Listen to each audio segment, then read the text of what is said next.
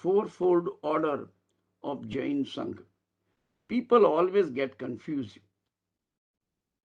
It is established by Bhagavan Mahavir, or it is the tradition he continued hand down from generations.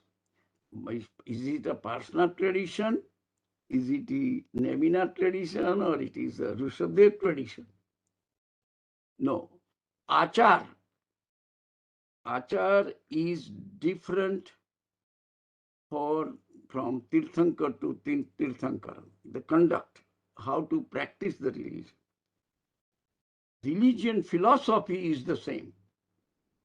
But how to apply that philosophy at Mahavir's time, you cannot apply that conduct Rishabdev's time, or Neminath time, or Parshnath time.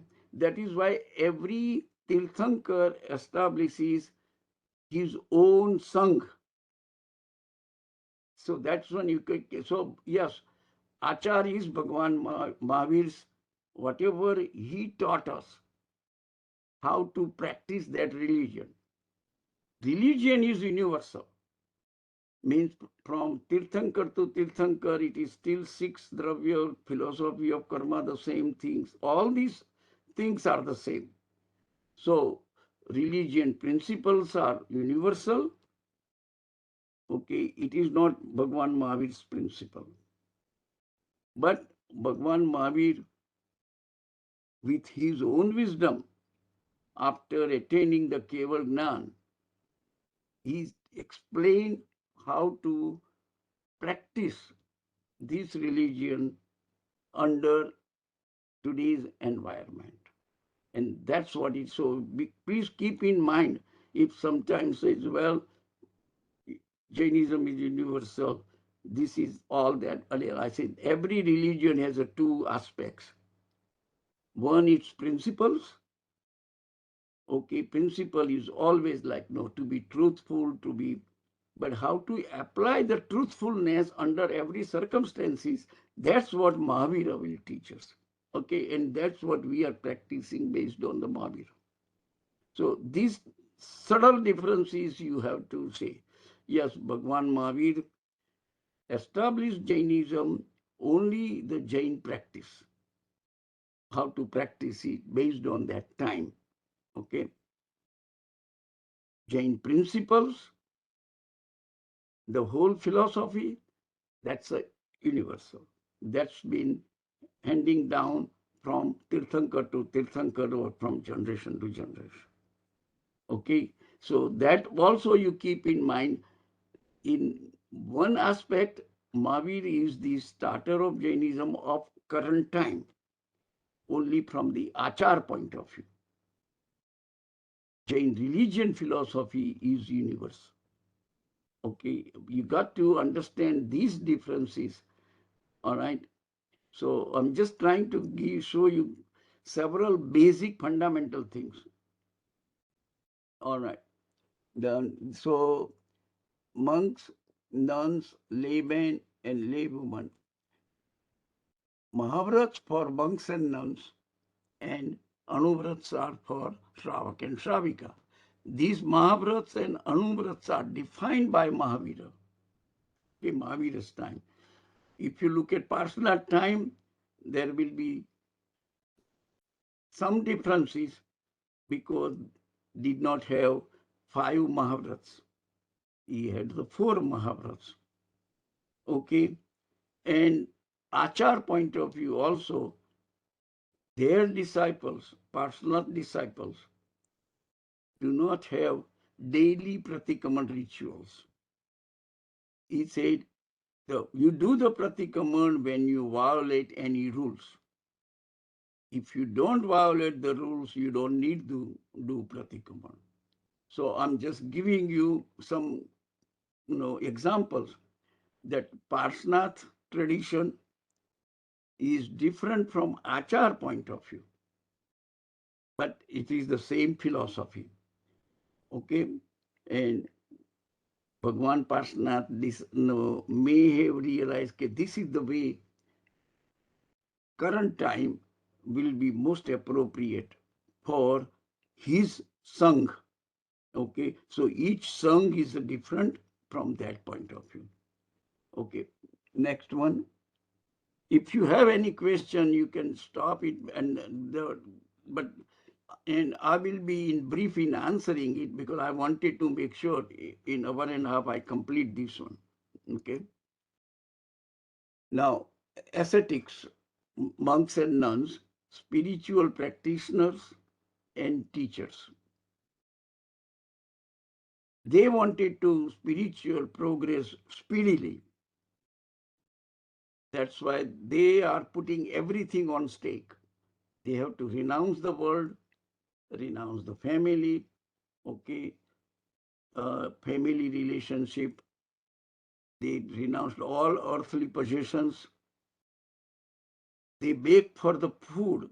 They are not storing it. Okay, this is extra food. Let me just store it so that I don't have to, go for grocery tomorrow or something, or bring more food, something like that. No, they are not allowed it. Once they take the grocery, it should be all clean. That's it. They cannot get more food than what their need is. They wear no clothes or white or yellow coats, whatever the society is needed.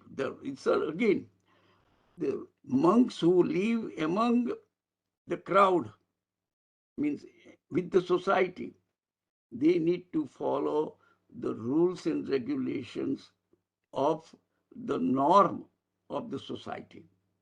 Okay, they walk barefoot and no vehicles. That's the monks and nuns. They practice self-control and meditation. That is the most important aspects of complete renunciate people. They should be, when Bhagwan Mahavir renounced it, for 12.5 years, he practiced only self-control and meditation. Okay, if you really look into what did Bhagwan Mahavir did for these 12.5 years, he did not deliver lectures. He just did make sure meditation, the whole purpose of meditation is to still the mind. There is no vibration in the mind. You are not jumping for one thought to another thought to the third thought, because there is no thought exist. It's not like that. Only awareness exists. If there is no thought in the mind, what is there? It is totally awareness. And that is the ultimate goal. Once you do complete that, you attain Kevalgnan. So it is a very simple. But at the same time, if you try to practice that way, you will realize not even few seconds, your thought will come into the picture. And when you are thinking, you are always either in the past or you are in future. You will never be in the present, because in present only awareness exists. If you live in the present moment, it is just awareness. But if you are thinking, it is either you are in the past or you are in future, and you are not aware about yourself. That is the why awareness, or to live in a present moment, it is the prime requirement for meditative person. So you follow strictly 5 great vows by mind, speech, and action. Not to do, not to ask others to do, not to approve such action. Man, vachan, kaya, all activities. Karyu, karavyu, and anumodyu. So these are the 9 different combination if you really look 3 times 3. Okay. And they have to practice.